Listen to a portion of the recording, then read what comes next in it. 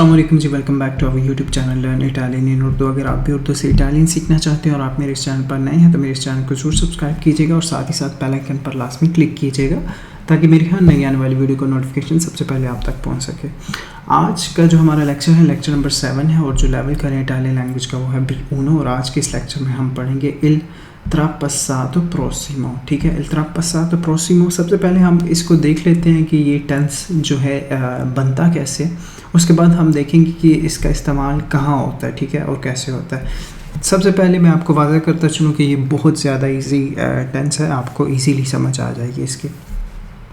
अगर आपने पसातो प्रोसिमो अगर आपको याद हो तो पसातो प्रोसिमो में जो फॉर्मेशन थी जुमले की वो ये थी कि आप जो है प्रेजेंटे दी अवेरे या प्रेजेंटे दी एसरे पहले लगाते थे और उसके साथ ही पार्टिसिपियो पसातो जो है ऐड करते थे। ठीक है, for example io ho studiato, इसमें जो ओ है वो प्रेजेंटे दी अवेरे है और जो studiato है वो पार्टिसिपो पसातो है। ठीक है, इसकी फॉर्मेशन कुछ इस तरह बनती थी जुमले की जो पसातो प्रोसिमो की, यानी कि io ho studiato, io sono andato, ये जो है पसातो प्रोसिमो की एग्जांपल। ठीक है, अब ट्रापसातो प्रोसिमो जो है ये कैसे बनता है, ठीक है, ये बहुत इजी है। इसकी फॉर्मेशन इस तरह बनती है, अगर आपने मेरी प्रीवियस लेक्चर देखे तो उसमें मैंने इम्परफेक्टो के हवाले से भी जो है आपको पढ़ाया था। ठीक है, तो इसकी फॉर्मेशन ऐसे बनती है कि इम्परफेक्टो दी अवेरे या इम्परफेक्टो दी एसरे जो है उसके साथ आपने ऐड करना है पार्टिसिपियो पसातो। ठीक है, यानी कि अगर मैं आपको बहुत इजी अल्फाज में मैं बताऊं तो वो ये है कि आपने जो है इम्परफेक्टो और जो पसातो पार्टिसिपियो पसातो है इन दोनों को जो है ऐड करना है, मतलब इन दोनों को जो है तरतीब देना है और इससे बन जाएगा ट्रापसातो प्रोसिमो। फॉर एग्जांपल यहाँ पे दो मिसालें हैं, io avevo studiato। ठीक है, io avevo studiato, मैंने पढ़ाई कर ली थी, इसका मतलब ये बनता है। अगर इसकी जगह होता सिर्फ ये अवेवो ख़त्म हो जाता तो इसकी जगह सिर्फ लिखा होता io studiato, तो इसका मतलब है मैंने पढ़ाई की। अब दोनों में जो है काफ़ी फ़र्क आ रहे हैं इनके जो है मीनिंग में। ठीक है, io avevo studiato का मतलब है मैंने पढ़ाई कर ली थी और io studiato का मतलब है मैंने पढ़ाई की। ठीक है, अब फ़र्क आ रहा है। ठीक है, जैसे दूसरी मिसाल देख लें कि io ero andato, मैं चला गया था।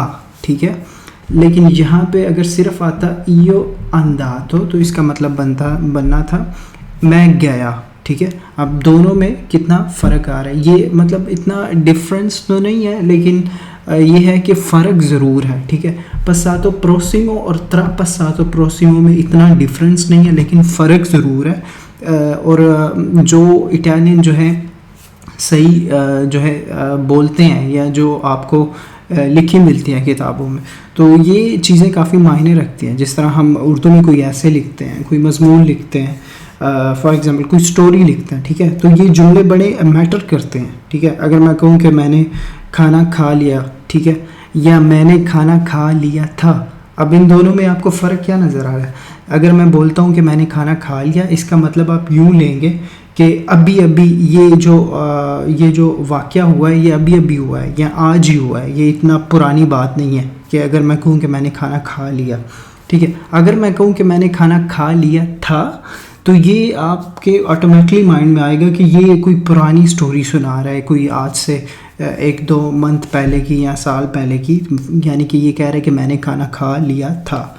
ठीक है, तो ये डिफरेंस है। इसी तरह डिफरेंस है पसातो प्रोसिमो और ट्रापसातो प्रोसिमो में। ठीक है, पसातो प्रोसिमो में जो है आप का जो रिसेंटली जो वाक़या हुआ होता है, ठीक है, वो जो है पसातो प्रोसिमो कहलाता है, यानी कि जो अभी रिसेंटली कोई काम हुआ है तो उसको आप पास में डिफ़ाइन करना चाह रहे हैं तो वो पसातो प्रोसिमो होगा। लेकिन अगर कोई आज से साल पहले 10 साल पहले कोई वाक़या हुआ है तो उसको आप पास्ट में जो है ज़ाहिर सी बात है पास्ट में डिफ़ाइन करना चाहेंगे तो आप एक इम्परफेक्टो भी यूज़ होता है, लेकिन जो इम्परफेक्टो के बाद अगर मतलब बहुत ज़्यादा कोई लंबी ड्यूरेशन एक्सप्रेशन होगी है उस वाक्य को, तो उसको आप tra passato prossimo में डिफ़ाइन करेंगे, ठीक है।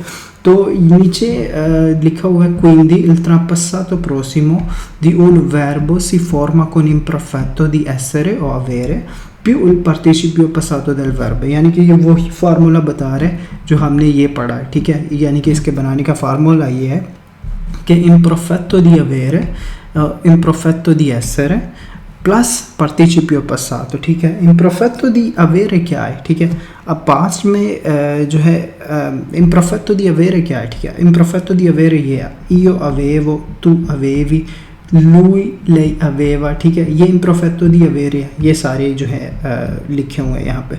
और जो imperfetto di essere है वो ये है io ero, io tu eri, lui lei era, ये सारे यहाँ पे लिखे हुए हैं, ठीक है। अब इसका जो है बनाने का तरीका बहुत ज़्यादा आसान है tra passato prossimo में, ठीक है। तो अब अगले में वो कह रहा है tra passato prossimo con avere, ठीक है।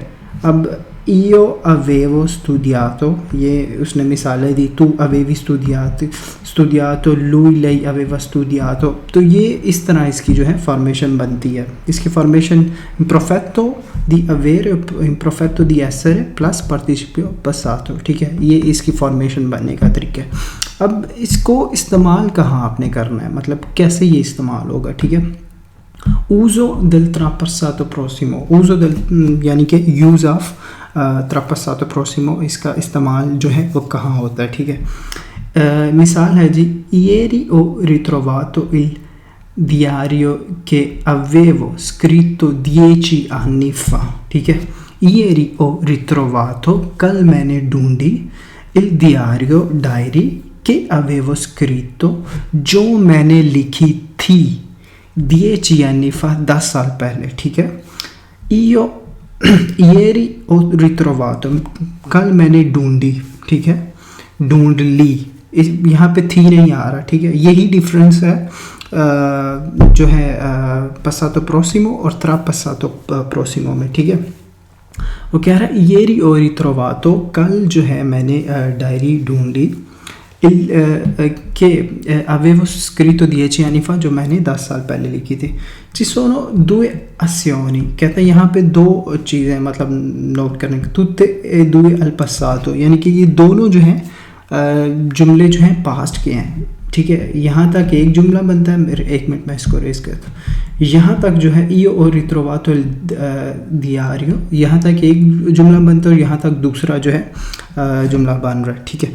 यानी कि तो वो कह रहे हैं कि दोनों जो है पास्ट को ही डिफ़ाइन कर रहे हैं, दोनों पास्ट की बात कर रहे हैं, लेकिन फ़र्क इसमें क्या है, फ़र्क ये है la prima è avvenuta, जो पहला वाक़या हुआ है ieri, वो मतलब पिछले दिन का है, यानी कि कल की बात है, वो मतलब रिसेंटली की बात है, ठीक है। la seconda è avvenuta, जो दूसरे नंबर पे जो वाक़या मतलब पेश आया वो 10 anni fa, यानी कि वो 10 साल पुराना है, ठीक है। यही फ़र्क है tra passato prossimo में और जो है passato prossimo में, ठीक है। tra passato prossimo जो है ये बहुत ही ज़्यादा कोई ओल्ड इवेंट आपके साथ हुआ है और आप उसको डिफ़ाइन करना चाह रहे हैं, तो उसके लिए आप tra passato prossimo इस्तेमाल करेंगे। और जो रिसेंटली जो आपके साथ वाक़यात हुए हैं, अगर आप उनको डिफ़ाइन करना चाहें तो वो passato prossimo कहलाएंगे, ठीक है। अब ये सारी जो है नीचे जो एक्सप्लेनेशन है वो इसी हवाले से जो मैंने अभी आपको डिफ़ाइन की, बस माइंड में आपने यही रखना है कि जो रिसेंटली आपके साथ हुआ है मतलब उसको पास्ट में अगर आपने डिफ़ाइन करना है तो वो passato prossimo यूज़ करेंगे, और जो बहुत ज़्यादा कोई ओल्ड साल पहले वाली बात है या 2-3 साल पहले 10 साल पहले वाली बात है तो वो आप tra passato prossimo इस्तेमाल करेंगे, ठीक है। तो ये था आज का लेक्चर, होप सो आपको क्लियर हुआ होगा tra passato prossimo मतलब ये टेंस कैसे इस्तेमाल होता है, कहाँ इस्तेमाल होता है और इसकी फॉर्मेशन क्या है, बनाने का तरीका क्या है। तो नेक्स्ट जो है वीडियो में मैं आपको जो है इसके मुतालिक जो है एक्सरसाइज करवाने की कोशिश करूँगा। होप सो एक्सरसाइज करने के बाद आपको ईजीली जो है इसकी समझ आ जाए कि ये टेंस जो है क्या है और कैसे इसको जो है बनाना है, ठीक है। तो मेरी आपसे मुलाकात होगी नेक्स्ट वीडियो में, नेक्स्ट लेक्चर में। तब तक के लिए मुझे दीजिए इजाज़त, अपना रखिए बहुत सारा ख्याल और मुझे रखिए दुआ में याद। आपसे मुलाकात होगी अगले वीडियो में, अगले लेक्चर में। तब तक के लिए मुझे दीजिए इजाज़त। अल्लाह हाफिज़।